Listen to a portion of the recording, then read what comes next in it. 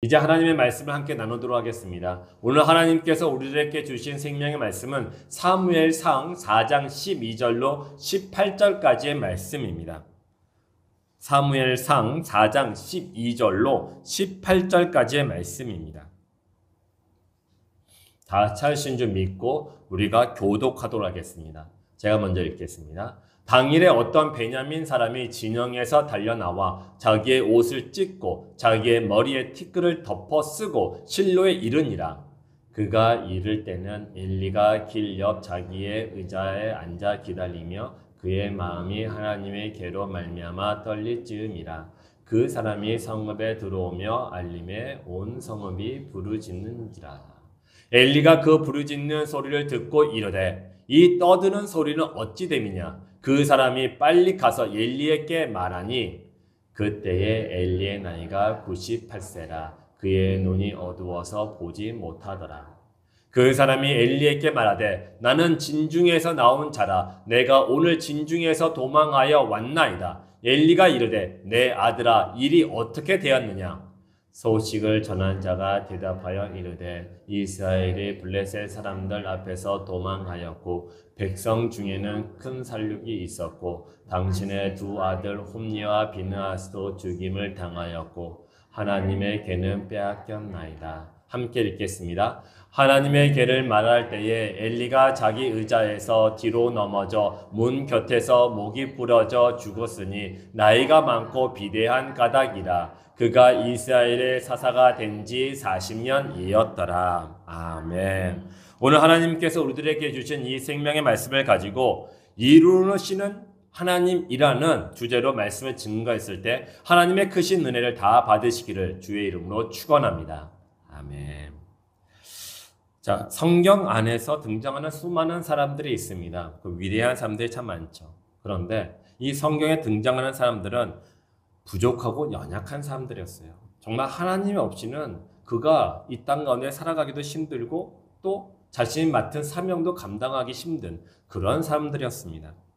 아마 성경에 등장한 사람들 중에서 가장 위대한 사람이라고 뽑을 수 있다면 모세를 뽑을 수 있겠죠. 또한 다윗도, 그리고 신약 시대에는 베드로와 또 바울도 그렇게 뽑을 수 있을 것입니다. 그런데 그 사람들의 내용들, 말씀들을 보면은 참 부족하고 연약하기 짝이 없는 사람들이었습니다. 그런데 하나님께서는 이런 사람들을 통해서 자신의 뜻을 이루셨습니다. 또 이들의 삶을 성경에 기록하셔서 이 시대에 살고 있는 우리들에게 이들이 잘못했던 그것들을 따라하지 못하도록 하지 말라고 우리들에게 성경을 주셨죠. 그리고 이들을 통해서 하나님은 나 자신과 하나님과 나 자신과의 관계가 어떠한 상태인지를 점검하도록 하셨습니다. 자, 오늘 본문에 등장하는 엘리도 마찬가지입니다. 엘리의 나이가 몇 살이라고 했나요? 98세라고 했습니다. 그리고 그의 눈이 보이지 않는다고 말하였죠. 그리고 그 노년의 지금 두 아들, 그 두 아들을 지금 잃었다고 하였습니다. 그뿐만 아닙니다. 그가 평생 섬겼던 하나님의 언약궤도 이제 이방인들에게 빼앗겠다고 합니다. 참으로 안타깝죠. 그런데 이 엘리는 그의 충격을 받아가지고 그만 안타까운 죽음을 맞이했습니다. 충격이 굉장히 컸겠죠. 이 엘리의 삶을 보면은 정말 초라하고 처량하게 짝이 없습니다. 엘리가 처음 등장할 때부터 지금 오늘 말씀에서 엘리가 죽을 때까지 그의 모습은 우리들에게 어떠한 영적인 진리에 대한 깨달음도 주지 못했습니다. 그리고 삶의 방향성도 보여주지 못했습니다. 그뿐만 아닙니다. 정신적 가치도 우리들에게 보여주고 또 알려주지 못했습니다. 참으로 안타깝게 짝이 없습니다. 그런데 그럼에도 불구하고 하나님은 성경에서 그의 삶은 비중 있게 다루시고 계십니다. 엘리 제사장이 아니었다면 한나와 사무엘도 이처럼 돋보이지 못했을 것입니다. 뿐만 아니라 한나와 사무엘이 하나님을 만났을 때 엘리가 어떠한 역할을 했습니까? 하나님과 한나와 사무엘의 중간에서 그들을 만나게끔 하는 그런 매개체의 역할도 이 엘리가 감당하였습니다. 그러면은 우리가 이런 질문이 자연스럽게 생기는 것이죠. 아니, 이처럼 하나님의 보시기에, 아니 우리들의 보시기에 연약하고 부족하고 또 우리들에게 어떠한 교훈이나 가르침이나 깨달음이나 가치나 또 어떤 방향성도 제시 못하는 이 엘리를 왜 하나님은 사용하셨는가? 왜 하나님이 이 사람을 이렇게 성경에서 비중 있게 다루고 계시는가? 그뿐만 아니죠. 그렇다면은 이 엘리의 삶을 통해서 우리들에게 하나님께서 말씀하시고자 하는 것이 있지 않을까? 라는 생각이 자연스럽게 들게 됩니다. 여러분, 당연히 하나님께서 이 엘리를 통해서 우리들에게 하시고자 하는 그런 의미, 그런 말씀, 그런 뜻이 있습니다. 엘리의 모습들은 영적으로 어둡고 그의 삶은 초라하지 못해 처량하기 짝이 없습니다. 또 그래서 우리가 배울 점이 하나도 없습니다. 하지만 하나님은 이러한 사람들을 통해서 우리들을 하나님 곁으로 인도하시고 하나님은 그를 통해서 하나님의 영광을 드러내셨을 뿐만 아니라 하나님이 너희의 하나님이라는 것을 보여주셨습니다. 그리고 날마다 우리에게 지혜와 도움을 주시죠. 여러분, 우리가 하나님을 통해서 우리가 받고 있는 것들이 얼마나 많은지 한번 생각해 보십시오. 우리가 지금 가지고 있는 것과 또 가지고 싶은 것, 이 두 가지를 생각했을 때 어떤 것이 많이 갖고 있다고 말씀드렸습니까?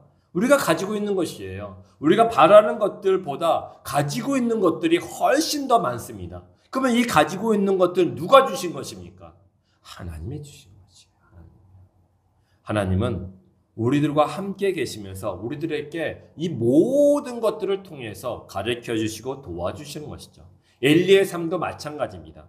그래서 오늘 엘리의 삶을 통해서 하나님이 우리들에게 가르쳐 주시고 도움 주시고자 하는 것이 무엇인지 두 가지를 함께 나누도록 하겠습니다. 첫 번째는 엘리를 통해서 우리들에게 주시는 하나님의 뜻은 영적인 침체에서 일어나라입니다. 오늘 말씀 9절에서 13절에 있는 말씀인데 제가 한번 읽어보겠습니다. 그들이 실로에서 먹고 마신 후에 한나가 일어나니 그때 제사장 엘리는 여호와 전 문설주 곁 의자에 앉아 있었더라. 그가 여호와 앞에 오래 기도하는 동안에 엘리가 그의 입을 주목한즉 한나가 속으로 말하며 입술만 움직이고 음성은 들리지 아니하므로 엘리는 그가 취한 줄로 생각한지라. 자, 사무엘상 1장부터 오늘 죽는 날까지 엘리 제사장과 한나와 사무엘은 하나님께서 계속 비교를 하십니다. 한나는 일어났고 엘리는 앉아 있었다고 합니다. 또 사무엘은 하나님의 집에 있었습니다. 그런데 엘리는 자기 집에 있다고 하셨습니다. 한나는 하나님께 기도하고 있었습니다. 엘리는 사람의 입술에 주목하고 있었습니다. 사무엘은 하나님의 음성을 듣고 있었습니다. 엘리는 하나님의 음성을 듣지 않았습니다. 듣고자 하는 마음도 없었습니다. 한나와 사무엘은 하나님께 헌신과 순종을 했습니다. 엘리는 하지를 않았습니다. 자, 이렇게 엘리와 한나 그리고 사무엘을 비교하면서 엘리의 영적인 무능력과 무기력을 우리들에게 보여주시는 것입니다. 그럼 엘리의 이런 상태를 두고 우리가 무엇이라고 합니까? 그것이 바로 영적 침체라고 합니다. 영적인 침체요. 영적인 침체는 우리가 하나님을 알고 있지만 하나님으로 인해 더 이상 내가 감동을 받지 않는 상태예요. 어떠한 것도 내가 감동이 없어요. 마음에 어떠한 요동이 없어요. 예배와 말씀과 기도와 찬양을 드려도 내 마음에 어떠한 도전도 없고 감사도 없고 은혜도 없고 아무것도 없는 것이에요. 그냥 이 자리에만 앉아 있는 것이에요. 일체의 관심과 소망과 기대가 없는 그 상태가 바로 영적인 침체의 상태인 것이죠. 그래서 영적인 침체 가운데 있는 사람들은 하나님을 향해서 실망을 합니다. 실망이 잠깐 할 수 있어요. 그러면 잠깐 하고 다시 돌아와야 될 거 아니에요. 소망과 또 하나님께 주신 기대함으로 돌아와야 될 거잖아요. 그런데 돌아올 생각을 안 합니다. 실망에만 계속 머물러요. 그러면 어떠한 일이 일어납니까? 하나님과 교회를 멀리하게 됩니다. 교회 나오기 싫은 것이에요. 하나님 앞에 나가기 싫은 것이에요. 여러분, 우리가 이런 상태에 빠지면 우리의 가운데 가장 먼저 일어나는 변화가 뭔지 아십니까? 우리가 사용한 말이 달라져요. 말이요. 우리가 사용하는 말이 낙심의 말을 하고 불평의 말을 합니다. 그리고 활력 있는 아이 괜찮아 나는 할 수 있어 아이 괜찮아 다시 하면 돼 이런 마음이 생기는 것이 아닙니다. 그냥 무기력에 빠져요. 낙심과 절망의 말들을 계속합니다. 불평의 말을 합니다. 또한 내가 있는 위치, 우리가 있는 그 위치가 그 장소가 달라지게 돼요. 그리고 우리가 사용하는 돈의 사용처가 달라지게 됩니다. 즉 우리의 생활 자체가 완전히 달라지게 되는 것이죠. 이것을 우리가 영적인 침체의 증상이라고 볼 수 있는 것입니다. 우리가 만약에 이런 영적인 침체 가운데 빠져 있다면 우리는 어떻게 해야 저 영적인 침체에서 벗어날 수 있을까요? 기도만 하면 될까요? 아니면 한나와 사무엘처럼 적극적으로 하나님께 나아가야 할까요? 당연히 적극적으로 하나님께 나아가야 합니다.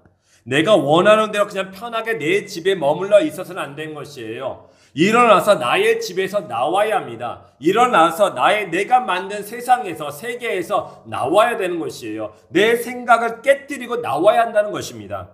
그래야지 하나님이 보이고 내 자신이 어떠한지를 알 수 있는 것이에요. 내가 만든 내 세상에서 있어 보십시오. 내 생각 속에서 계속 머물러 있어 보십시오. 보이는 건 뭐만 보입니까? 나만 보여요.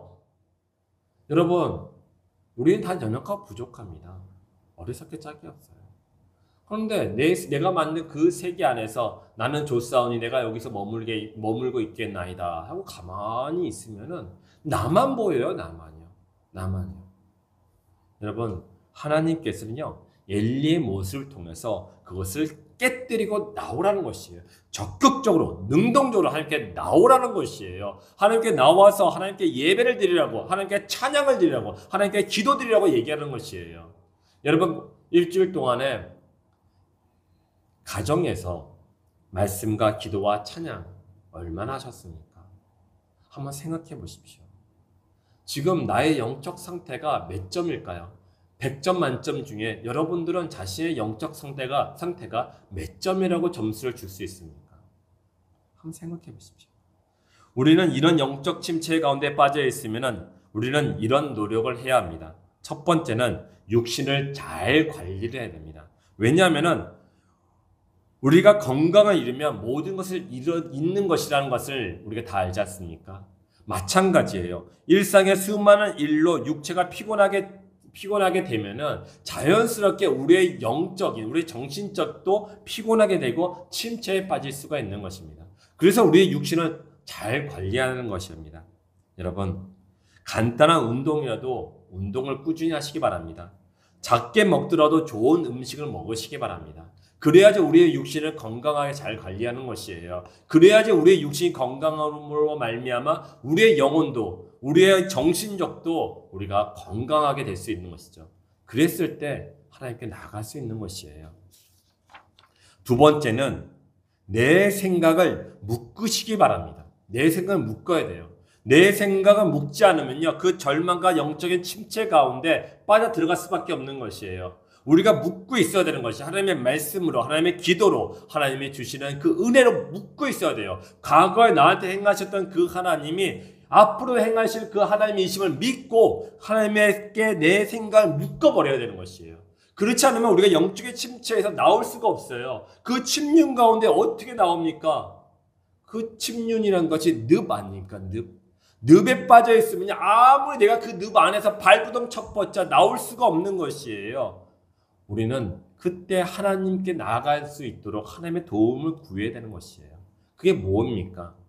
하나님께 소망을 두는 것이에요. 하나님을 기대하시기 바랍니다. 하나님만이 나의 삶의 이유이시며 내 삶의 문제의 답이심을 믿으시기 바랍니다. 성경에 보면은 수십 년 동안 병으로 고통받고 시름하고 또 귀신에 들려 귀신의 앞잡이에 노릇을 하고 또 마귀에게 붙잡혀서 조종당하고 거짓과 헛된 인생으로 살아갔던 사람들이 정말 많이 있었습니다. 근데 그 사람들이 예수 그리스도를 만나니까 예수 그리스도를 만나니까 그 모든 묶임으로부터 자유케 되었습니다. 모든 그 답답한 그 문제 속에서 갇혀 있었어요. 헤어나오지를 못했어요. 그런데 예수 그리스도를 만나니까 그 문제의 답을 갖고 그거부터 해방됨을 믿으시기 바랍니다. 그들이 해방되었으면 우리도 당연히 해방될 수 있는 것이에요. 우리 가운데 문제와 걱정과 염려와 근심을 안이 갖고 있는 사람이 어디 있겠습니까? 다 갖고 있지 않습니까? 우리 중에 병 들지 아니한 사람이 어디 있겠습니까? 다 병들어 있는 거 아니겠습니까? 그런데 이것을 우리가 치료받고 회복받을 수 있는 길은 오직 예수 그리스도밖에 없음을 믿으시기 바랍니다.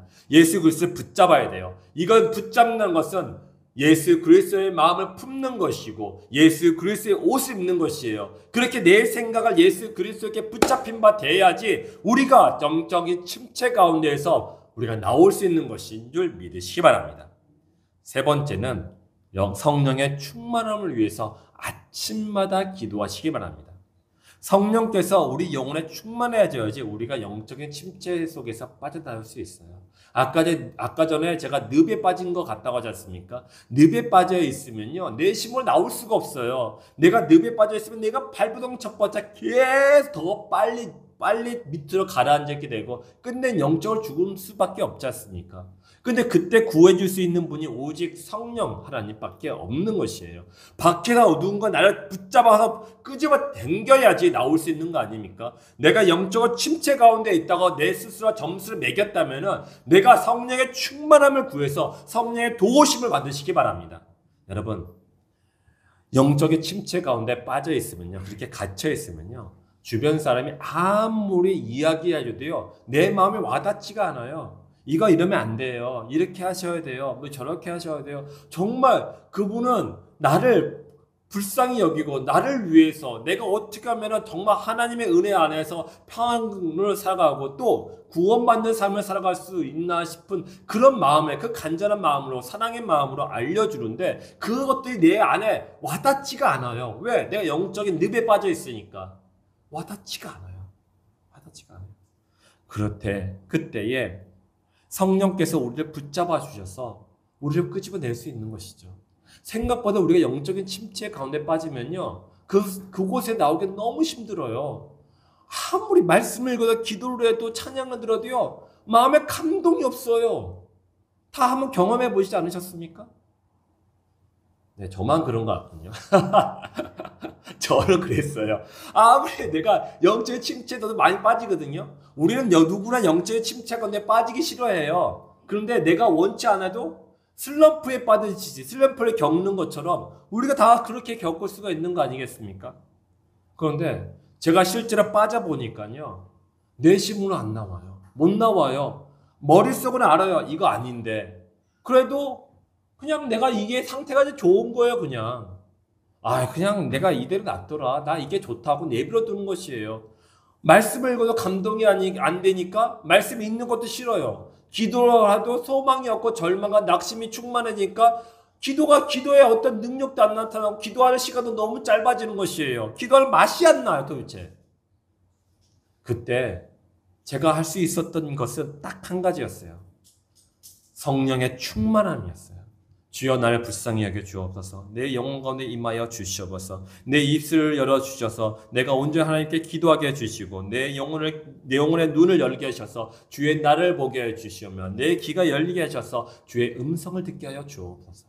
이것밖에 없었어요. 나를 살려달라고 기도하는 것밖에 없었어요. 성령께서 내가 영혼의 가운데 임하여 주셔서 나를 살려달라고. 그랬을 때 내가 그곳 가운데 나올 수 있었어요. 여러분, 3년 동안에 예수님과 함께 했던 제자들의 삶을 보십시오. 그들은 3년 동안 예수님과 함께 동고동락을 하면서 예수님의 말씀을 다 들었고 예수님의 기적을 다 봤던 사람들이었어요. 그럼에도 불구하고 그들은 늘 예수님의 말씀을 제대로 이해를 못했어요. 그들은 늘 딴소리했고요. 엉뚱한 행동을 했습니다. 그런데 예수님께서 승천하신 다음에 제자들 가운데 성령이 임했더니 그들이 어떻게 변했습니까? 그들이 사람들 앞에서 설교를 했더니 처음에 3,000명이 회개하여 주님께 돌아온 역사가 일어났어요. 그 다음에 또 설교했더니 5,000명이, 그 다음에 또 설교했더니 수많은 무리들이 주께 돌아왔더라 라고 했던 것이에요. 그렇습니다. 성령께서 임하게 되면은 우리가 늪에서 나올 수가 있는 것이고 하나님의 영광을 드러낼 수 있는 것이고 주의 나라를 선포케 할 수 있는 것이고 예수 그리스도가 우리에게 주신 하나님의 나라의 일들을 감당하게 될 줄 믿으시기 바랍니다. 여러분, 우리가 하나님의 나라의 일들을 한다는 건요, 남의 일을 하는 것이 아니에요. 남이 좋으라고 하는 일이 아닙니다. 전도를 하게 되면요, 그 사람만 좋은 게 아니에요. 내가 복을 받는 것이에요. 내가요. 하나님을 기쁘게 하라고 하지 않습니까? 하나님께서 기쁘게 하는 자에게는 하나님께서 그 은혜를 내려주신다고 말씀하셨어요. 여러분, 이를 믿으시기 바랍니다. 하나님의 나라를 일에 한다는 거는요, 하나님만 좋은 것이 아니라 우리한테 좋은 것이에요. 그러니까 우리 보고 하라는 거 아니겠습니까? 우리에게 어떠한 좋은 것이 없다면 하나님이 왜 우리 보고 하라고 합니까? 그렇지 않습니까? 그나마 월급도 주는 것도 아닌데, 그렇지 않습니까? 일당도 주는 것도 아닌데, 네? 우리를 그냥 이용해 먹으려고 하나님께서 그냥 무임금으로 노동을 시키기 위해서 하나님께서 우리 보고 이걸 하라, 저거 하라, 하나님의 나라의 일을 하라라고 하신 것입니까? 아니지 않습니까? 하나님의 나라를 일하는 자에게 하나님께서 그에 합당하게 하나님께서 응답하시고 보응하신다고 말씀하셨습니다. 이를 믿으시기 바랍니다. 하나님의 나라의 일은 교회에서만 하는 것이 아니죠. 가정에서 또한 직장에서 하는 것입니다. 오늘 스가랴서 4장 6절에 이런 말씀하셨습니다. 함께 읽어볼까요? 시작. 그가 내게 대답하여 이르되 여호와께서 스룹바벨에게 하신 말씀이 이러하니라. 만군의 여호와께서 말씀하시되 이는 힘으로 되지 아니하며 능력으로 되지 아니하고 오직 나의 영으로 되느니라. 아멘. 아멘. 하나님께서 스룹바벨에게 이야기하셨습니다. 스룹바벨에게 하나님께서 사명을 주셨는데 그 사명은 다시 하나님의 성전을 건축하라는 것이었어요.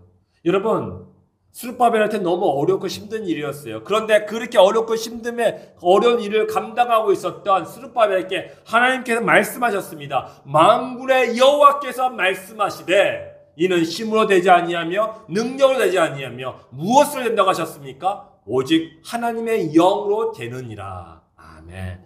이 말씀이 여러분 가운데 임하시기를 주의 이름으로 축원합니다. 여러분, 이 말씀 붙잡으십시오. 내가 영적인 침체 가운데 나오고 하나님의 일들을 감당하고 내 가정을 위해서 일하는 모든 것들, 즉 나의 삶의 모든 것들은 나의 힘으로 되지 아니하며 오직 하나님의 영으로만 됨을 인정하시기 바랍니다. 이를 믿으시기 바랍니다. 그래서 성령의 충만함을 구하시기 바랍니다. 아침에 일어나서 우리는 성령의 충만함을 구해야 되는 것입니다. 그랬을 때 하나님이 보이고 하나님의 말씀이 들리기 시작하고 또 우리의 입술이 열려서 나의 영으로 주께 기도했을 때 내 영혼이 살아나게 되는 것이에요. 여러분, 우리 영혼이 살아나야 돼요. 다른 것도 중요하겠죠. 돈 버는 것도 중요하겠죠. 내가 어떠한 일을 하는 것도 중요하겠죠. 다 중요합니다. 그런데 정작 중요한 것은 내 영혼이 살아나는 것이에요. 내 영혼이 무엇인가 생명력이 바닥바닥바닥 그냥 일어나야 되는 것이에요. 주님의 말씀을 들었더니 아무 생각이 없던 내 영혼 속에서 갑자기 생각이 나는 것이에요. 하나님의 나라가 활짝 보이게 되는 것이에요. 그랬을 때 우리가 마음 가운데 참된 평안이 느껴지게 되는 것이죠. 와, 하나님의 말씀이 정말 꿀송이보다 달구나. 정말 하나님의 말씀이 내 생명이구나. 내가 힘들고 어렵고 고통과 고난 중에 있지만 주의 말씀이 정말 이렇게 나에게는 꿀과 같이 정말 달고 맛있구나. 나는 깨닫게 되는 것이죠. 이 깨달음이 어디로부터 온다? 성령의 충만함부터 오는 것이에요. 성령의 충만함으로서. 그리고 두 번째, 엘리를 통해서 하나님께서 우리에게 주신 뜻은 하나님은 우리가 부족하더라도 우리에게 주신 사명을 감당케 하신다는 것이에요.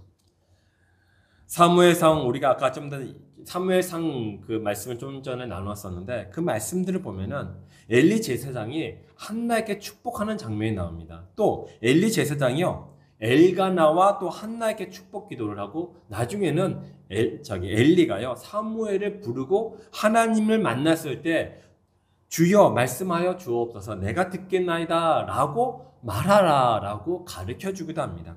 여러분, 엘리 제사장이 부족하고 연약했어요.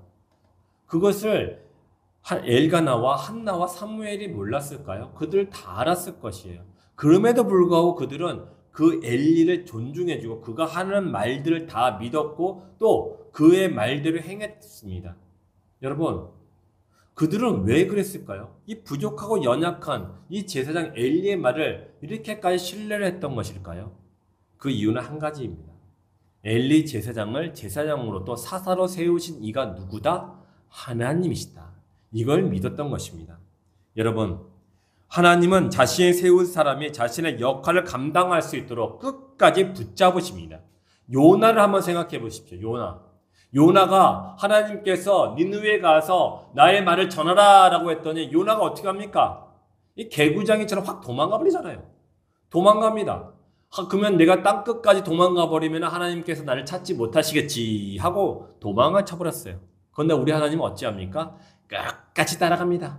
끝까지 따라가요. 끝까지 따라가서 요나로 하여금 하나님께서 요나에게 주신 사명을 감당케 하셨습니다. 여러분, 이렇게 하신 하나님이 우리 가운데도 동일하게 행하실 줄 믿으시기 바랍니다. 하나님께서 우리들에게 각자에게 사명을 주셨어요. 각자에게 십자가를 주셨어요. 하나님께서 여러분에게 각자에게 특별한 뜻을 주셨어요. 그러면 그 뜻이 이루어지는 그날까지 하나님께서는 여러분들을 붙잡고 이끌어 가심을 믿으시기 바랍니다. 여러분, 이 믿음이 중요한 것이에요. 그래야지 내가 잘 우러러 치우치지 아니하는 것이에요. 내가 하나님께서 내가 못하고 잘못하고 내가 제약적이면 하나님께서 날 버리시겠지, 나를 떠나시겠지, 나를 외면하시겠지, 더 이상 내 기도 들어주지 아니하시겠지, 응답하지 아니하시겠지 라고 생각한다면 우리가 어찌 하나님의 일들을 감당할 수 있겠습니까? 못해요. 도저히 못해요. 우리는 다 우리의 능력과 우리의 지혜로 하나님의 일들을 감당할 수 없는 사람들이에요. 우리는 오로지 하나님의 영이 우리 가운데 임하고 우리를 인도하셨을 때 그 일들을 감당할 수 있는 사람들입니다. 그러므로 하나님께서 나를 붙잡고 계심을 믿으시기 바랍니다. 하나님은 끊이지 아니하시는 사랑으로 나를 붙잡고 계심을 믿으시기 바랍니다. 힘들고 어려울 것이에요. 내가 기도해도 기도에 응답이 없어서 실망도 할 수 있습니다. 고통 가운데 빠질 수 있습니다. 남들은 이해하지 못하고 헤아리지 못하는 그런 어려움에 빠질 수도 있습니다. 그래도 하나님이 나를 붙잡고 계심을 믿으시기 바랍니다. 하나님은 나의 구원을 이루시는 그날까지 나를 붙잡고 인도하시는 정말 전능하시고 친절하시며 은혜로우신 하나님이심을 믿으시기 바랍니다. 그 하나님을 믿었을 때 우리는 진정 하나님의 뜻이 내 삶 가운데 이루어지고 내 삶 가운데 이루어졌을 때 예수 그리스도가 우리에게 가르쳐 주신 그 주기도문의 그 내용처럼 하나님의 뜻이 하늘에서 이루어진 것처럼 이 땅 가운데 이루어지게 될 줄 믿으시기 바랍니다. 하나님의 뜻이요, 우리 가운데 임하게 했을 때 그 뜻이 이루어지는 것이 우리에게 너무 중요한 것이에요. 우리가 모든 것을 가져도 하나님을 갖지 못한다면 우리가 그 가진 것들을 뭐에 쓸모가 있겠습니까? 그렇지 않습니까? 우리 주님의 교회 모든 성도님들은 하나님과 함께 하시는 그런 복을 누리시는 우리 주님의 교회 성도님 되시길 주의 이름으로 축원합니다. 사랑하는 성도 여러분, 이제 말씀을 맺고자 합니다. 오늘 예를 통해서 오늘 우리들에게 두 가지를 말씀하셨습니다. 하나는 자신의 신앙을 점검하여 영적인 침체 가운데 있는지를 확인하라고 말씀하셨습니다. 만약 영적인 침체 가운데 있다면 적극적으로 능동적으로 나와야 한다는 것 또 말씀하셨습니다. 또 하나는 우리가 연약하고 부족해도 하나님께서 우리를 붙잡고 계신다는 것이에요. 우리를 사용하셔서 하나님의 영광을 드러낸다고 말씀하신 줄 믿으시기 바랍니다. 이를 이루기 위해서 반드시 필요한 것이 성령의 충만함이에요. 성령의 도우심이에요. 성령께서 우리 삶에 개입하심이에요. 그랬을 때 하나님의 뜻이 하늘에서 이루어진 것처럼 이 땅 가운데 임하게 될 줄 믿으시기 바랍니다. 오늘 시편 37편 3절에서 8절의 말씀을 읽고 오늘의 말씀을 마치도록 하겠습니다. 우리 함께 읽어볼까요? 시작. 여호와를 의뢰하고 선을 행하라. 땅에 머무는 동안 그의 성실을 먹을거리로 삼을지어다. 또 여호와를 기뻐하라. 그가 내 마음의 소원을 내게 이루어 주시리로다. 내 길을 여호와께 맡기라. 그를 의지하면 그가 이루시고 내 의를 빛같이 나타내시며 내 공의를 정오의 빛같이 하시리로다. 여호와 앞에 잠잠하고 참고 기다린 자기의 길을 형통하며 악한 길을 이룬 자 때문에 불평하지 말지어다. 분을 그치고 노를 버리며 불평하지 말라. 오히려 악을 만들 뿐이라. 아멘. 하나님께서는 우리에게 하나님께 소망을 두셨고 또 우리 하나님께서 우리 가운데 성령을 충만케 하셔서 하나님께서 자신의 뜻을 이루시는 하나님이십니다. 그렇기 때문에 하나님께 맡기십시오. 하나님께 맡기십시오. 결과를 책임지려고 하지 마십시오. 결과를 내가 만들려고 하지 마십시오. 하나님께 맡기십시오. 그러면 하나님께서 우리 가운데 우리가 참 좋은 걸 주시는 참 좋으신 하나님 아버지이심을 믿으시기 바랍니다. 아멘. 우리 찬양 한 곡 드리고 기도하겠습니다. 아멘. 아버지 하나님 감사합니다. 하나님은 이루시는 하나님인 줄 믿습니다. 하나님께서 우리를 통해서 하나님의 나라를 만들어 가실 줄 믿습니다. 하나님 우리가 연약하고 부족하고 어리석어서 우리가 온전히 하나님의 뜻을 몰라 하나님께서 원하시는 대로 순종하는 삶을 살아가지 못하오나 하나님 우리의 그 부족함을 하나님께서는 능함으로 바뀌실 줄 믿사오니 하나님 우리로 하여금 하나님의 나라의 일에 동참하며 동력하는 그런 복을 받게 하여 주시옵소서. 아버지 하나님 우리 주님의 교회 성도들 가운데 성령을 충만케 부어 주시옵소서. 성령의 불을 내려 주시옵소서. 하나님 성령의 지혜를 부어 주시옵소서. 그도 우리 주님의 교회 성도들이 하나님 그에 있는 그 처소에서 주의 이름을 주의 영광을 주의 나를 아버지 만천에 보여줄 수 있도록 하나님께서 사용하여 주시옵소서. 쓰임받게 하여 주시옵소서. 하나님 지금 때가 악하옵니다. 가오니 우리가 때를 아끼게 하여 주시옵소서. 이 악한 이 때에 우리가 일어나게 하여 주시옵고 대적하서 승리케 하여 주시옵소서. 하나님 우리 주님의 교회 성도들이 영적인 침륜 가운데 영적인 그 침체 가운데 영적인 늪 가운데 빠지지 않게 하나님께서 성령으로 붙잡아 주시옵고 말씀을 인도하여 주시옵소서. 그래서 아버지 어둠 가운데 등불 대신 말씀을 인하여 다시 일어나 주님께 온전한 예배를 드리며 예배자의 삶을 살아갈 수 있도록 인도하여 주시옵소서. 하나님께서 우리 주님의 교회 성도들과 함께 하시고 그의 심령가에 성령을 부어주실 것을 믿고 감사를 드리오며 우리 구주 예수 그리스도의 이름으로 기도드렸습니다. 아멘. 축도하겠습니다. 우리의 진리이시고 길 되시며 생명 되신 예수 그리스도의 십자가의 구원하심과 우리를 사랑하신데 끊이지 아니하는 그 사랑으로 우리를 사랑하신 하나님 아버지의 극진하신 사랑과 보혜사 성령 하나님의 그 도우심이 오늘 이루시는 하나님께 우리의 삶을 온전히 의지하고 맡기는 우리 주님의 교회 성도들 머리 위에와 그의 가정 위에 이제로부터 영원까지 항상 함께 있을지어다. 아멘. 아버지 하나님 감사합니다. 아버지 하나님 우리 주님의 교회 성도들과 함께 하여 주시옵소서. 오늘의 예배해 주신 이 말씀이 우리가 살아가는 길이 되시고 방향이 되게 하시고 삶의 도구가 되게 하시옵소서.